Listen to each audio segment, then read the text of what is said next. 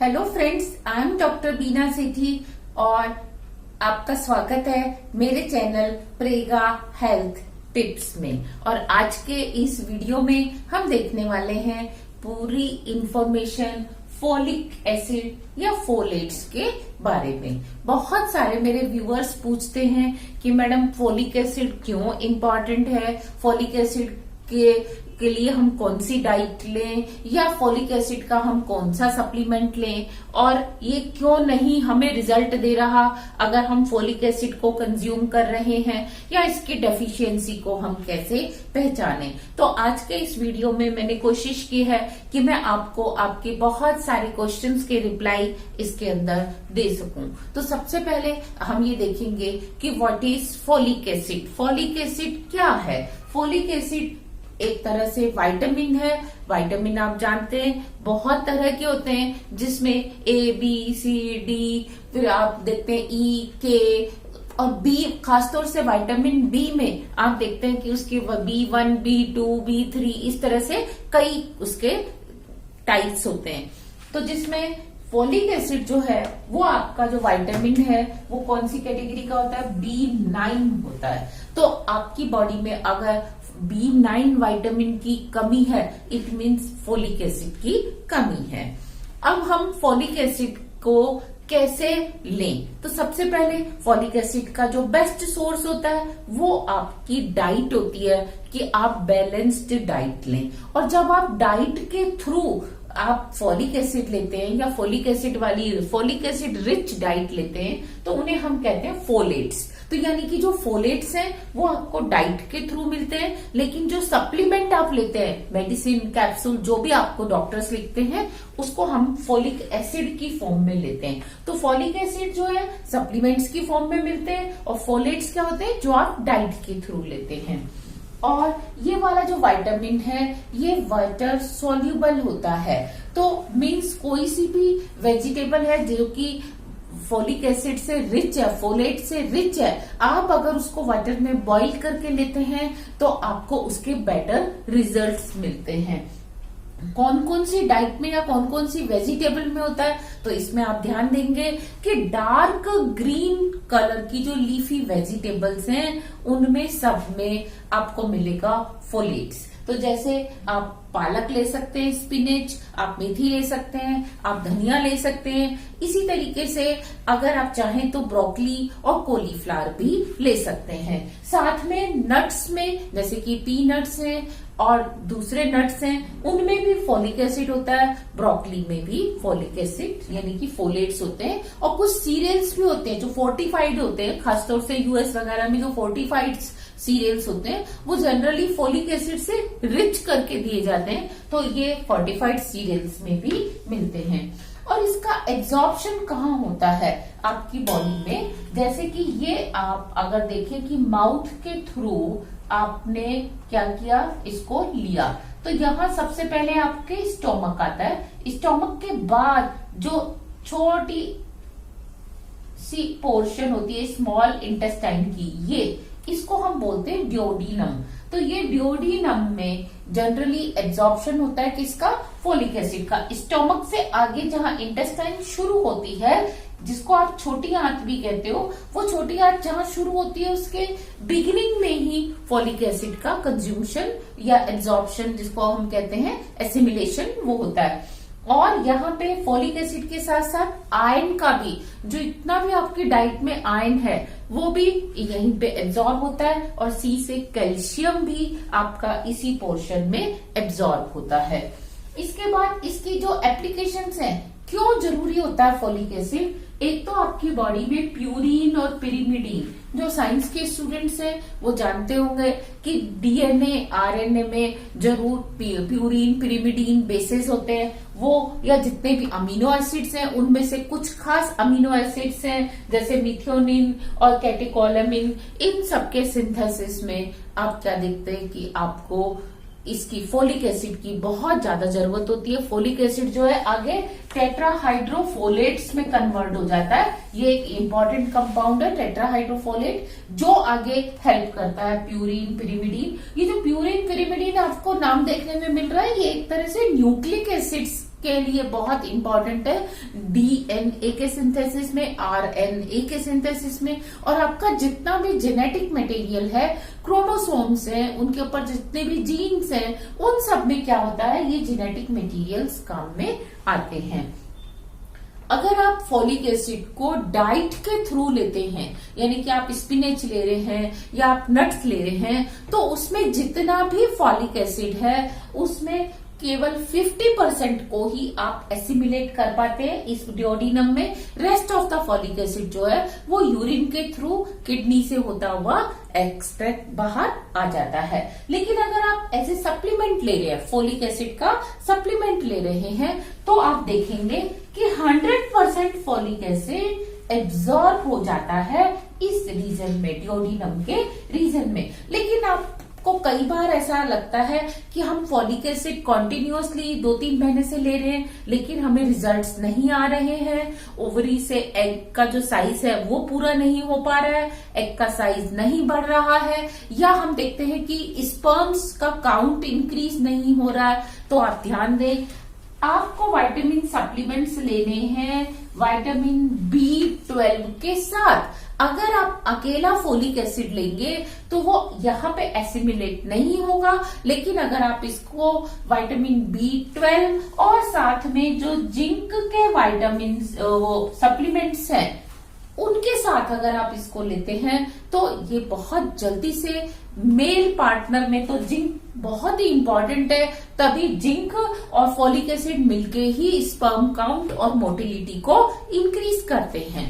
और इसकी पहचान अगर आप करवाना चाहते हैं तो उसके लिए आपको के ब्लड में सिर्फ आरबीसी, रेड ब्लड सेल्स जो कार्पल्स होते हैं, उन्हीं का केवल लेवल चेक किया जाता है और उसी की हेल्प से पता चल जाता है कि you are whether a folic acid deficient और नॉट। तो अब हम देखेंगे कि ऐसे कौन कौन से कारण होते हैं जिससे कोई भी मेल या फीमेल फॉलिक एसिड से डेफिशिएंट हो जाता है, और उसके फिर साइन एंड सिम्टम्स क्या हैं।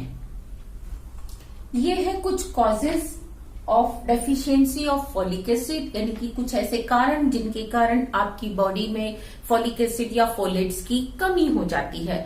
तो कई बार हमें लगता है कि हम सप्लीमेंट भी ले रहे हैं या अच्छी रिच डाइट भी ले रहे हैं और फिर भी हमें फॉलिक एसिड की कमी क्यों है। तो कुछ बेसिक जो कारण है उनके साथ मैं आपके साथ डिस्कस करती हूँ। जैसे कि फर्स्ट है रिड्यूस्ड डाइटरी, कि आप डाइट तो ले रहे हैं लेकिन आप बहुत कम डाइट ले रहे हैं। अगर आपको जितना फॉलिक एसिड चाहिए आप उससे कम ले रहे हैं, या आप वो वाली वेजिटेबल्स ना खा के जिसमें फॉलिक एसिड है आप दूसरी वेजिटेबल्स ले रहे हैं, ग्रीनी, क्योंकि खासतौर से देखा गया जो यंग हमारे बच्चे हैं वो क्या करते हैं, ग्रीन वेजिटेबल्स को लाइक नहीं करते, तो इसके कारण भी वो फॉलिक एसिड के डेफिशिएंट हो जाते हैं। और इसमें एक रीजन क्या होता है, अल्कोहलिज्म, कि बहुत सारे लोग जब अल्कोहल लेते हैं तो अल्कोहल के साथ वो कुछ डाइट नहीं लेते, ओनली अल्कोहल ही कंज्यूम करते हैं और उससे उनको फॉलिक एसिड की डेफिशिएंसी हो जाती है। या ज्यादा जब आप टी पीते हैं, चाय कॉफी जब आप ज्यादा लेते हैं तो उससे भी फॉलिक एसिड उसके एसिमिलेशन में कमी आती है और वो एसिमिलेट नहीं होता। और पुअर इनटेक मैंने आपको बताया कि अगर आपको डेली रिक्वायरमेंट है 100 mcg की और आप ले रहे हैं 50 mcg, तो क्या होगा, फॉलिक एसिड की डेफिशिएंसी रहेगी। दूसरा होता है पुअर मेटाबॉलिज्म, यानी कि आपकी बॉडी में कोई ऐसा मेटाबॉलिज्म में कमी है कि वो उसको डाइजेस्ट ही नहीं कर रही। आप खूब ब्रोकली खा रहे हैं, आप खूब स्पिनच ले रहे हैं, सब कुछ ले रहे हैं, फॉलिक एसिड सप्लीमेंट भी ले रहे हैं, लेकिन आपकी बॉडी का मेटाबॉलिज्म ही सही नहीं है। तो आपको डॉक्टर को कंसल्ट करने की जरूरत है, और इसका मेटाबॉलिज्म जो है वो लीवर में होता है। नेक्स्ट, इसको पहचाना आप ऐसे सकते हैं, अगर आपको शॉर्ट बाउल है या आपको कॉन्स्टिपेशन रहती है, यानी कि आपके मोशन क्लियर नहीं होते हैं, तो इट मीन्स आपका मेटाबॉलिज्म सही नहीं है और आप फॉलिक एसिड डेफिशिएंसी के विक्टिम यानी कि उसके शिकार हो सकते हैं। नेक्स्ट इज इंक्रीज्ड यूटिलाइजेशन, जब आपकी बॉडी ज्यादा यूटिलाइज कर रही है फॉलिक एसिड को, तो आप जितना ले रहे हैं वो क्या कर रहे हैं, कंप्लीट ले रहे हैं लेकिन आपकी बॉडी उसको ज्यादा यूटिलाइज कर रही है तो भी आपकी बॉडी में कमी हो जाती है। और ऐसा कब होता है? जब खासतौर से लेडीज प्रेग्नेंट होती हैं तो प्रेगनेंसी में बहुत ज्यादा जरूरत होती है फोलिक एसिड की, और इसलिए कई बार डॉक्टर्स आपको पहले से प्रेगनेंसी के 3 मंथ पहले से कम 3 मंथ आगे तक आपको फोलिक एसिड्स देते रहते हैं।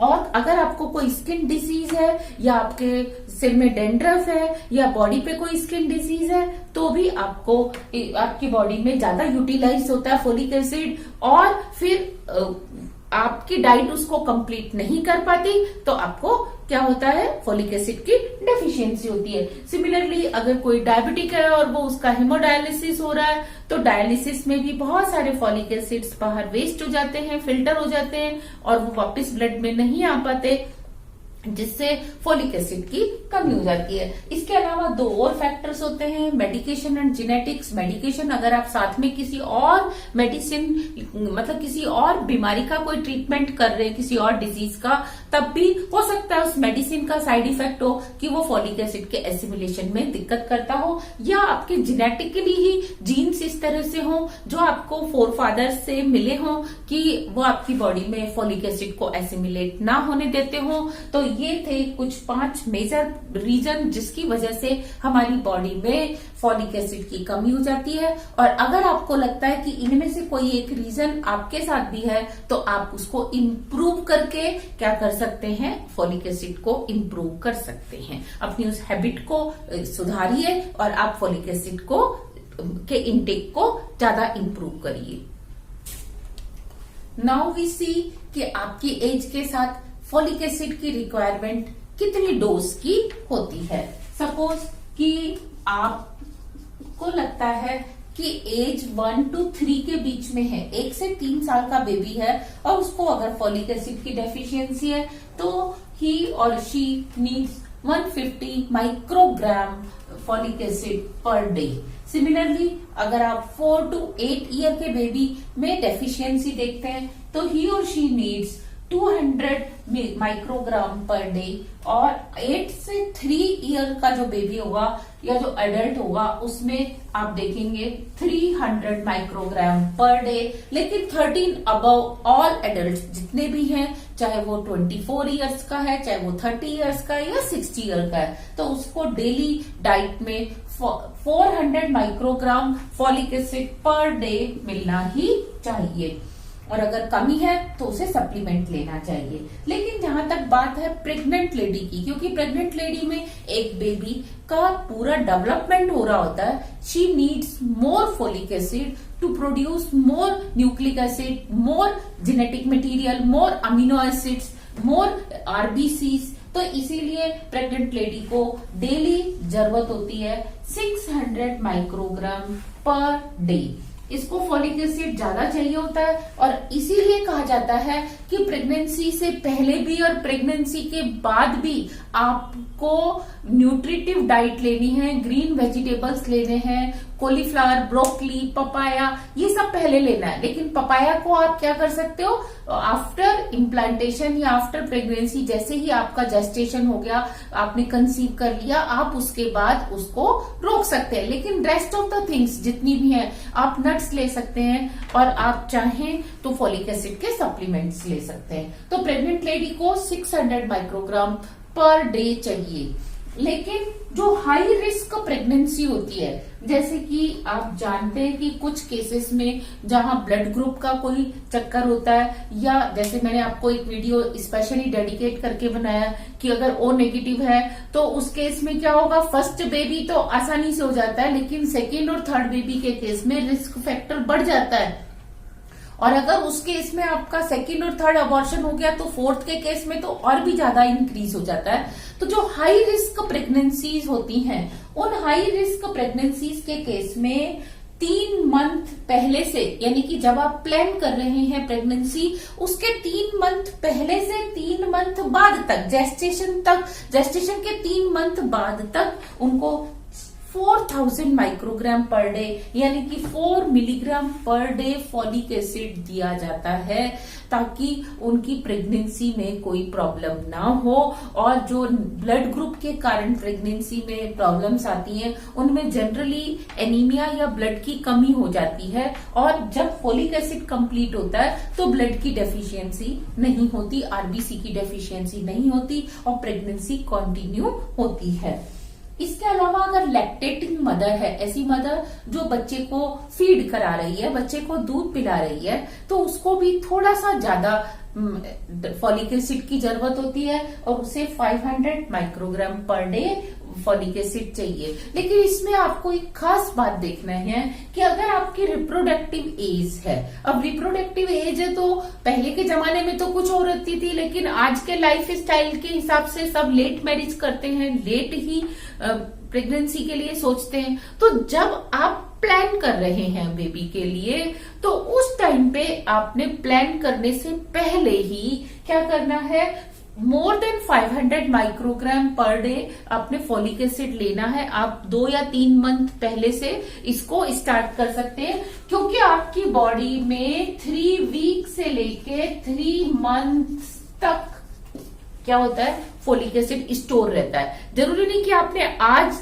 खाया है फॉलिक एसिड का सप्लीमेंट लिया तो वो आज ही खत्म हो जाता है, नहीं, वो आपकी बॉडी में 3 वीक से लेके 3 मंथ तक स्टोर रह सकता है। तो इसीलिए जब आप प्लान करते हैं तो आपको प्रेगनेंसी प्लान करने से पहले ही फॉलिक एसिड की डाइट को या फॉलिक एसिड के सप्लीमेंट्स को इम्प्रूव करना चाहिए। तो जो भी आप समझते हैं कि आपको इस टाइम प्लान करना है, आप उसी टाइम इसको कंटिन्यू कर सकते हैं। थोड़ा सा आप इसके ऊपर भी फोकस कर सकते हैं, तो उससे आप जो आपको अननेसेसरी हैसल होने वाली है कि आप 4-5 महीने पहले ऐसे ही ट्राई कर रहे हैं, अटेम्प्ट ले रहे हैं और फिर आप डॉक्टर को कंसल्ट कर रहे हैं। तो because nowadays everyone is educated, तो आपको क्या करना है, पहले से ही फोकस करना है। जैसे ही आप प्लान कर रहे हैं उसके पहले ही आप फॉलिक एसिड की डाइट को बढ़ा दें। इससे 2 बातें होंगी। जो आपकी फीमेल पार्टनर है,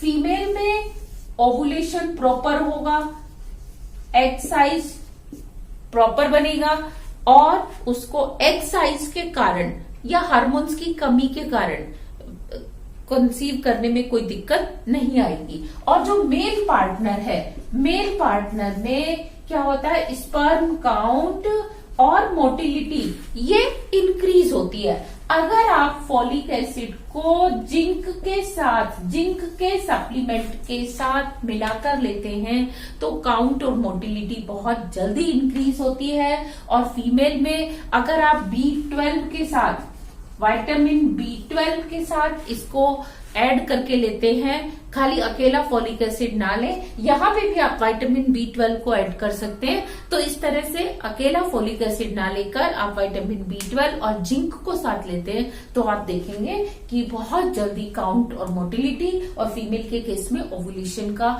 जो साइज है, एग का साइज, वो प्रॉपर बनने लगता है। फॉलिक एसिड की डेफिशिएंसी है, इसको हम कैसे पहचाने, इसके क्या साइंस होते हैं, क्या सिम्टम्स होते हैं। तो हम देखते हैं कि सबसे पहले आपकी बॉडी में आरबीसी जो ब्लड की रेड सेल्स हैं, रेड ब्लड कार्पल्स, वो कम होने लगती हैं। दूसरा, शॉर्टनेस ऑफ ब्रीथ, आपको सांस लेने में प्रॉब्लम होती है, ब्रीथ करने में प्रॉब्लम होती है। इसीलिए अगर आपने में से किसी ने भी थोड़ा सा नोटिस किया हो कि जब लेडी प्रेग्नेंट होती है तो उस समय उसको बार बार यॉर्निंग होती है, इस तरह से ऐसे करती, क्यों? क्योंकि उसके अंदर ब्रीथिंग की क्या हो रही होती है, कमी हो रही होती है। तो वो फॉलिक एसिड की कमी के कारण ही होता है। और कई बार माइल्ड जॉन्डिस, पीलिया भी हो जाता है लेडी को, लेडी का फेस पीला दिखने लगता है, या जैसे ही बच्चा पैदा होता है या छोटे बच्चे को पैदा होने के बाद भी अगर फॉलिक एसिड की कमी है तो उसको जॉन्डिस हो जाता है। और माउथ अल्सर, ये तो बहुत कॉमन है कि आपके माउथ में छाले होने लगते हैं।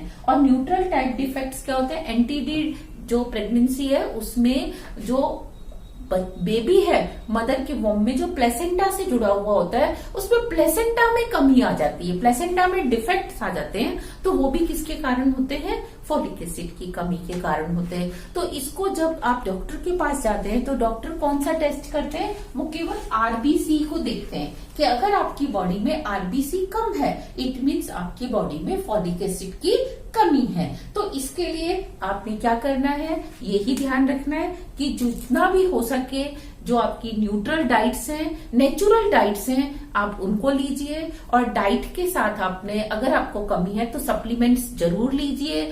आपको बीट रूट में, आपको पपाया में, और आपको भिंडी में, और लेडी फिंगर, आपको ग्रीनी लीव्स में, जितनी भी सीड्स वाली हैं उनमें आपको फॉलिक एसिड ज्यादा मिलता है। और कई बार ये भी देखा गया है कि जब आप फॉलिक एसिड ज्यादा कंज्यूम करते हैं तो दोनों ओवरीज से एक साथ एग्स बनने लगते हैं। और जो मल्टीपल प्रेगनेंसी है वो भी किसके कारण होती है, फॉलिक एसिड के कारण ही होती है। कि फॉलिक एसिड इंड्यूस करता है ओवुलेशन को, तो जब दोनों साइड से ओवुलेशन होने लगता है तो ट्विन प्रेगनेंसी के चांसेस बहुत ज्यादा हो जाते हैं। और साथ में अगर मेल पार्टनर है, मेल पार्टनर ने भी अगर फॉलिक एसिड इस तरह से टैबलेट्स लिए हैं या उसने अपनी डाइट को अच्छा रखा है तो उसके इसमें स्पर्म और जो उसकी काउंटर जो मोटिलिटी है वो बहुत ही अच्छी होती है।